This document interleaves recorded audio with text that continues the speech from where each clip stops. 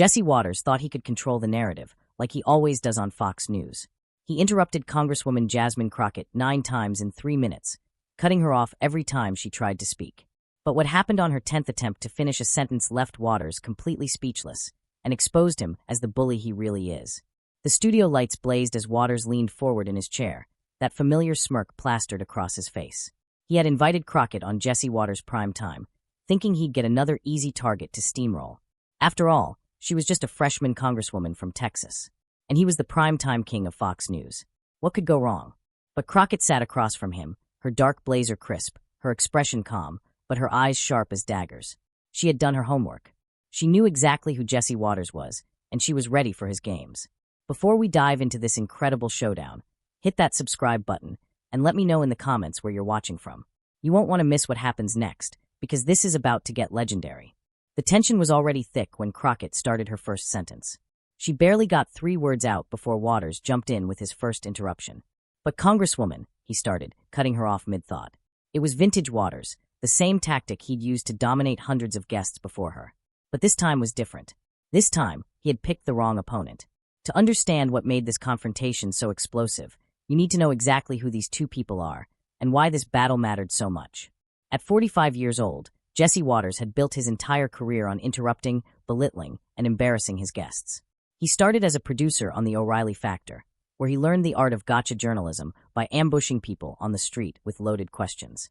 When Bill O'Reilly fell from grace, Waters stepped up to fill the void, bringing his signature style of condescending smirks and tactical interruptions to prime time.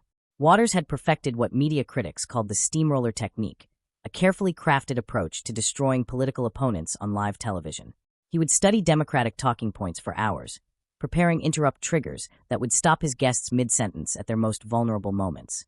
His producers had even developed a system of hand signals to help him time his interruptions for maximum disruption. Behind the scenes, Waters was known for his ruthless preparation. He would spend entire afternoons watching old clips of potential guests, looking for inconsistencies, embarrassing moments, or contradictory statements he could weaponize during interviews. His research team compiled detailed dossiers on every Democratic politician who appeared on the show, complete with personal attacks, family controversies, and political vulnerabilities. His show, Jesse Waters' Prime Time, had become appointment television for millions of conservative viewers who loved watching him dismantle liberal politicians and activists. Waters had perfected a formula. Invite a Democrat on the show, ask them loaded questions, interrupt them before they could give complete answers, then mock them to his audience. It was political theater at its most brutal, and Waters was the undisputed master. He had a particular talent for targeting women of color, knowing that his predominantly white male audience would eat up every condescending comment and eye roll. Congressional Black Caucus members had learned to avoid his show entirely because they knew it was a trap. But Jasmine Crockett was different.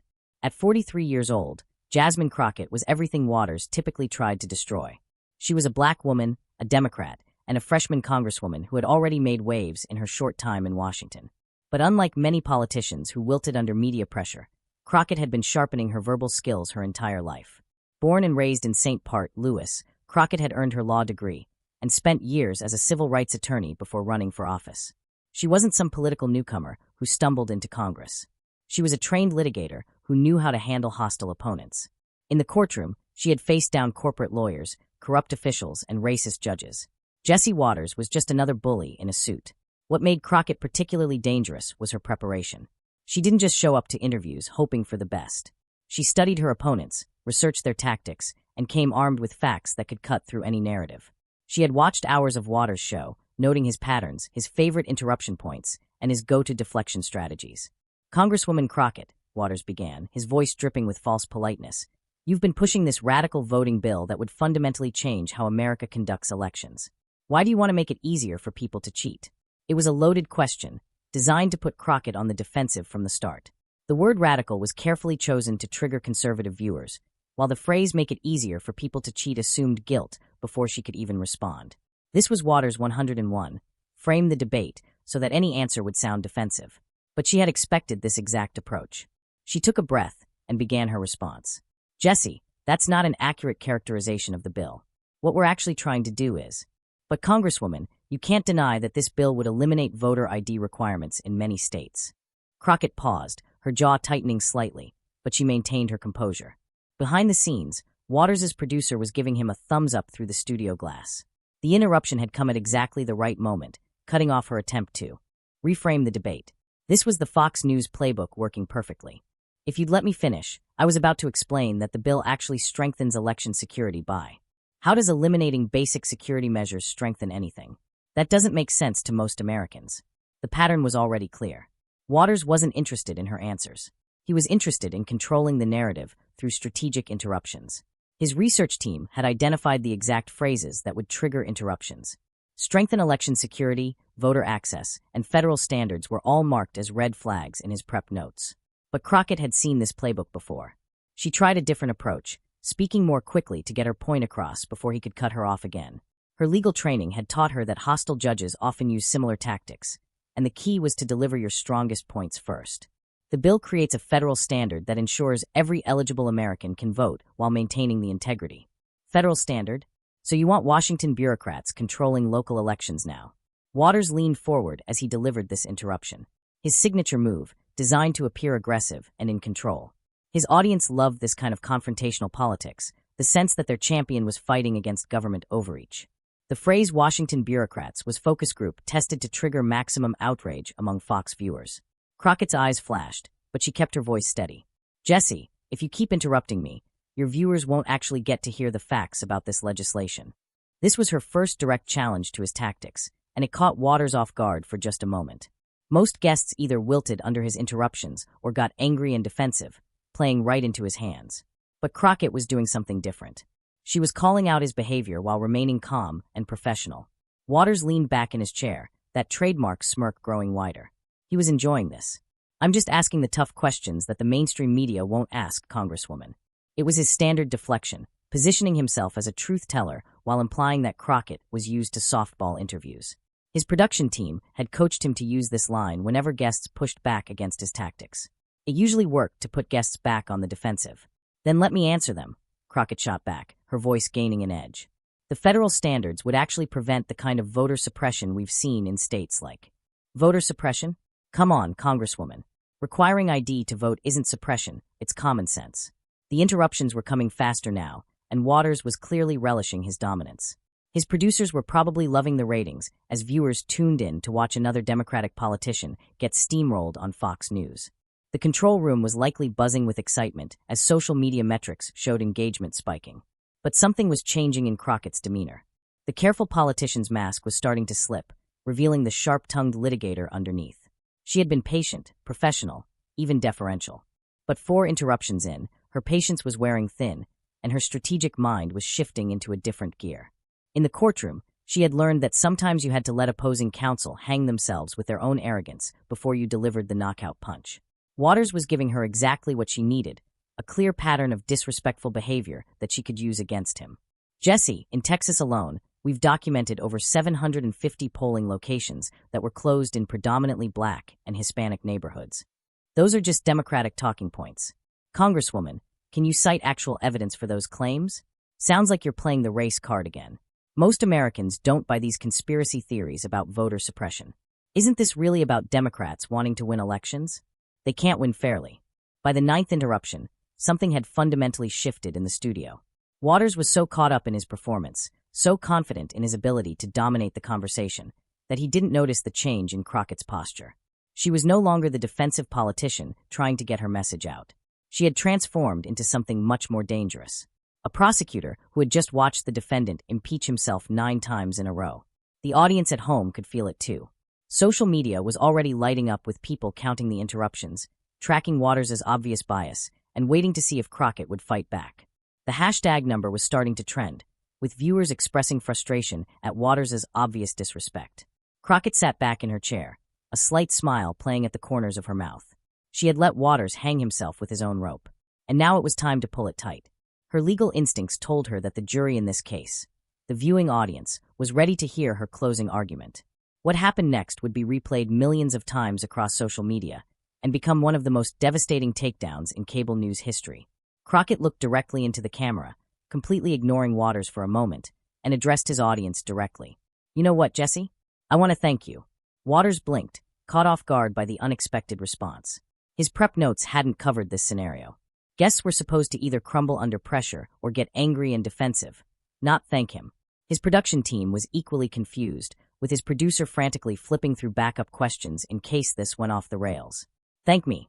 Yes, Crockett continued, her voice now carrying the authority of someone who had just taken complete control of the situation. You just provided a perfect demonstration of exactly what I'm talking about when I discuss voter suppression.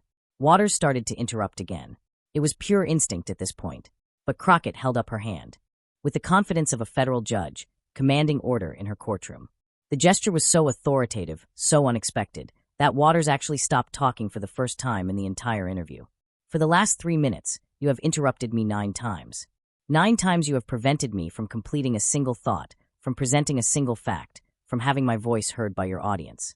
You have used your power as the host, your control over the microphone, your platform, to silence an elected representative of the people, and then you have the audacity to question why Black and brown communities talk about suppression. The studio fell dead silent. Even the camera operators seemed frozen, unsure whether to zoom in on Waters' shocked expression or stay focused on Crockett's commanding presence. The control room had gone quiet. No one was giving directions because no one knew how to handle what was happening. Waters' trademark smirk had completely vanished, replaced by something his viewers had never seen before. Genuine confusion and vulnerability. He looked like a man who had just realized he had walked into a trap of his own making, and there was no escape route. But Crockett wasn't finished. She had spent years preparing for this moment. Every hostile courtroom, every difficult client meeting, every time someone had tried to silence her voice had been training for this exact confrontation. You see, Jesse, what you just did to me is exactly what Republican-controlled state legislators are doing to voters across this country. They're cutting people off before they can participate. They're making it harder for voices to be heard. They're using their power to control who gets to speak and who gets silenced. Her voice was gaining momentum now, each word landing with surgical precision. The camera had zoomed in on her face, capturing the intensity in her eyes and the slight smile that suggested she was just getting started. This wasn't the defensive politician Waters had expected to destroy. This was a master communicator who had turned his own studio into her classroom. She leaned forward, her voice gaining intensity. You interrupted me when I tried to talk about the 750 polling locations closed in Texas. You cut me off when I mentioned federal standards. You silenced me when I brought up documented cases of voter suppression, just like state governments are silencing voters by closing polling locations, reducing early voting hours, and implementing unnecessary barriers to the ballot box. The parallel she was drawing was devastating in its simplicity and power. Waters' own behavior had become a perfect metaphor for the exact issues she was trying to discuss. He had literally demonstrated voter suppression tactics on live television while claiming such tactics didn't exist. Waters finally found his voice, but it was weaker now, defensive in a way his audience had never heard before. Now wait a minute, Congresswoman. No, Jesse, Crockett interrupted, turning his own tactic against him with surgical precision. You've had your turn. You've interrupted me 9 times. Now it's my turn to speak. The role reversal was stunning and complete. Waters, who had spent his entire career controlling conversations through interruption and intimidation, was now the one being cut off, and he didn't know how to handle it. His usual arsenal of tricks, the smirk, the condescending tone, the aggressive body language, all seemed to abandon him in this moment of crisis. You brought me on this show to discuss voting rights, Crockett continued, her voice steady and powerful. But instead of allowing me to present facts, you turned it into a performance designed to humiliate and silence me. You proved my point better than any statistics or studies ever could. She turned back to the camera, speaking directly to Waters' audience again. This is what suppression looks like, folks. It's not always dramatic. Sometimes it's just preventing people from finishing their sentences. Sometimes it's just making sure certain voices never get heard. Waters was visibly struggling now. His production team was probably screaming in his earpiece, but he looked frozen. This had never happened to him before. No guest had ever turned his own tactics against him so effectively. And here's what's really interesting, Jesse, Crockett said, her tone becoming almost conversational. You keep talking about election integrity and making sure only the right people vote, but you can't even maintain the integrity of a simple interview. You can't even let an elected official finish a sentence about legislation she helped write. The devastation was complete.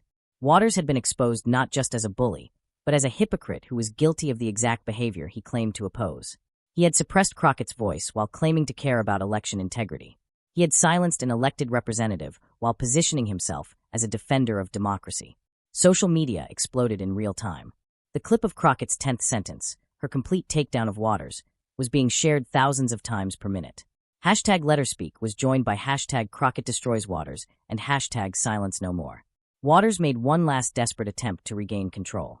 Congresswoman, I think you're being overly dramatic. Dramatic? Crockett's eyebrows shot up. Jessie, I'm a civil rights attorney who became a congresswoman to fight for voting rights.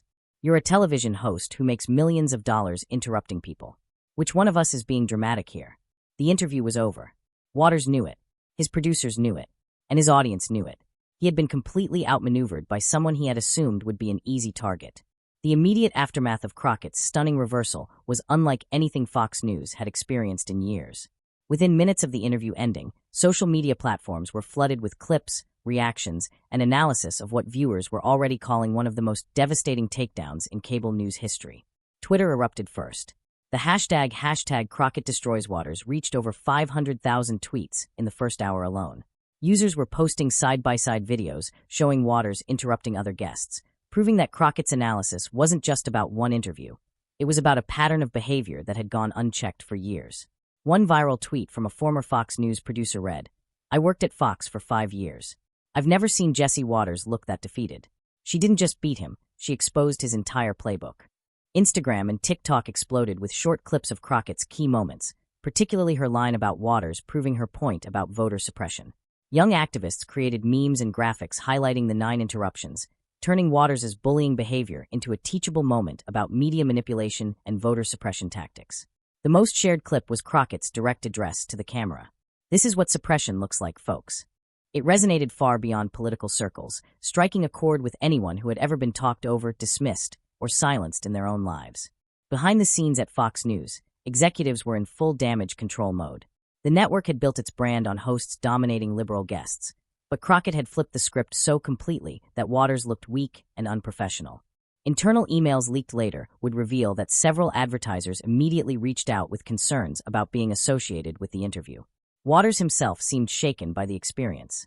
His typical post-show social media routine, posting clips and victory laps, was noticeably absent. Instead, his Twitter account went silent for over 12 hours, leading to speculation about whether he was facing internal discipline or simply didn't know how to respond. When he finally posted, it was a weak attempt to claim victory. "Great interview with Congresswoman Crockett tonight. Always good to have tough conversations about important issues." But the replies were brutal. Even his own supporters were questioning why he had let her talk down to him like that. The Congressional Black Caucus quickly rallied around Crockett, with several members posting supportive messages highlighting her performance. House Minority Leader Hakeem Jeffries tweeted, "This is what happens when you try to silence a brilliant attorney and public servant. At Jasmine for Us just gave a masterclass in how to handle media bullies." But the support went beyond predictable partisan lines. Several Republican members of Congress privately expressed admiration for Crockett's composure and skill, with one anonymous GOP representative telling reporters, "I hate her politics, but damn, that was impressive. She completely outclassed him." The interview became required viewing in political science and communications courses across the country. Professors used it to demonstrate media bias, the importance of preparation, and how power dynamics work in broadcast journalism. Georgetown University School of Public Policy added the interview to their mandatory curriculum, with Professor Sarah Chun noting, "This single exchange teaches students more about media manipulation and political communication than entire semesters of theory." Harvard's Kennedy School of Government created a special seminar called Crockett Method, turning hostile media into educational opportunity. The course was so popular that enrollment had to be capped, with waiting lists extending into the hundreds. Students analyzed not just what Crockett said, but how she said it, her timing, her body language, her strategic use of pauses, and her ability to reframe the entire conversation. Law schools began incorporating the interview into their trial advocacy programs, showing how Crockett's courtroom skills translated perfectly to the media arena. Students learned to identify when opponents were undermining their own credibility, and how to use those moments for maximum impact. Other networks couldn't resist taking shots at Fox News, and Waters specifically. CNN's Anderson Cooper opened his show the next night by saying, "When you invite someone on your show 9 times and interrupt them 9 times, don't be surprised when they use their 10th chance to school you on live television." MSNBC's Rachel Maddow dedicated an entire segment to analyzing the interview, highlighting how Crockett had used Waters' own behavior to illustrate her broader points about suppression and silencing tactics. She turned a hostile interview into a perfect metaphor for voter suppression. Maddow observed it was brilliant political communication. Even conservative media personalities struggled to defend Waters. Several acknowledged that while they agreed with his politics, his interview tactics had been unprofessional and counterproductive. Talk radio host Hugh Hewitt, normally a Fox News ally, said on his show, "Jesse made us all look bad. You can't claim to support free speech and then spend 3 minutes preventing someone from speaking." The interview marked a turning point in W's career. While he remained on the air, his approach noticeably changed in subsequent interviews. He became more careful about interrupting guests, particularly women and people of color. Knowing that social media was now watching for patterns of suppression and bias, his ratings took a significant hit in the weeks following the Crockett interview, as even some loyal viewers began questioning his tactics. Internal Fox News ratings data showed that his show lost nearly 200,000 viewers in the key 25 to 54 demographic in the month after the interview. More importantly, other potential guests began declining appearances on his show, with many citing the Crockett interview as evidence that Waters wasn't interested in good faith discussions. This created a booking crisis for his producers, as they struggled to find credible Democratic guests willing to subject themselves to what was now widely seen as a rigged game.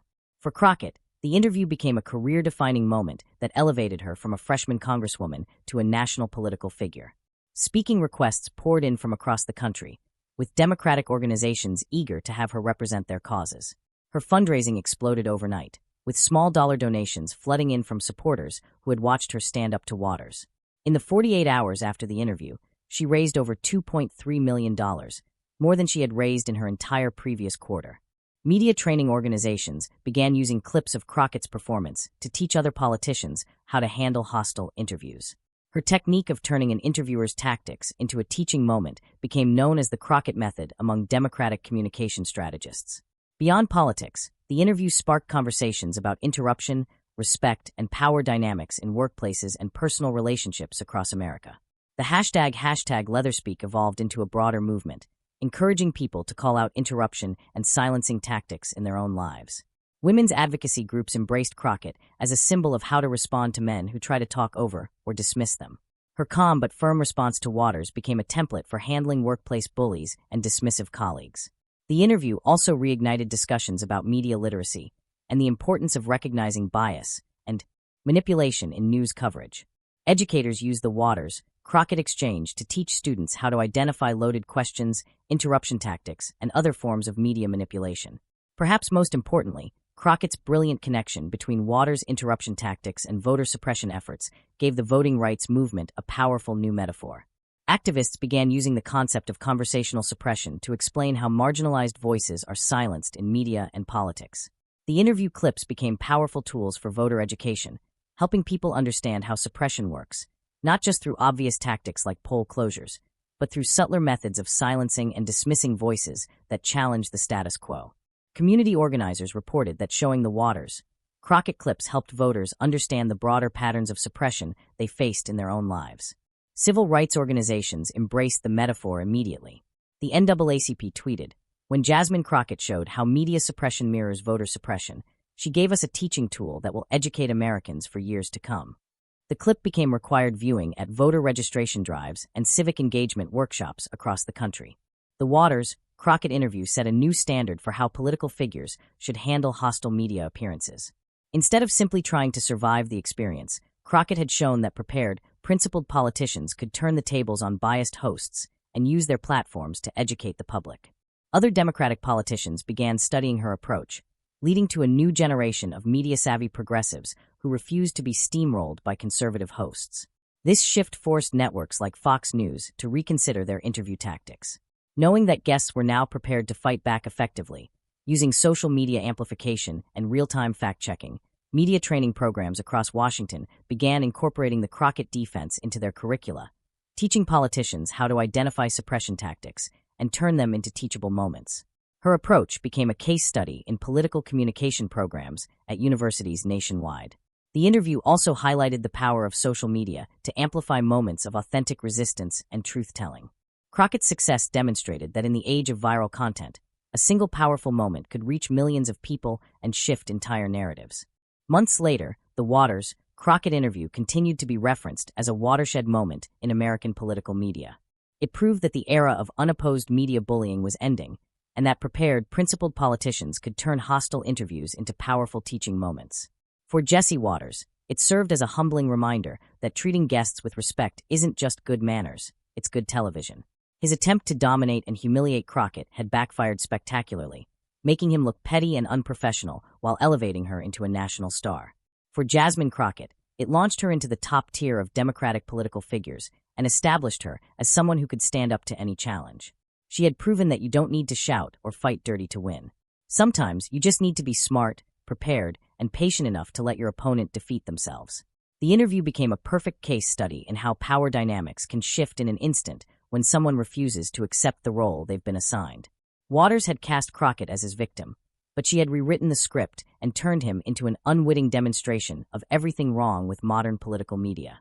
This incredible showdown between Jasmine Crockett and Jesse Waters shows us something powerful. When we're prepared, principled, and patient, we can turn any challenge into an opportunity to educate and inspire others. If this story fired you up like it did millions of others, make sure to hit that subscribe button and ring the notification bell so you never miss moments like these. Drop a comment below and let me know what's your favorite part of how Congresswoman Crockett handled this situation, and what other political showdowns would you like to see us break down.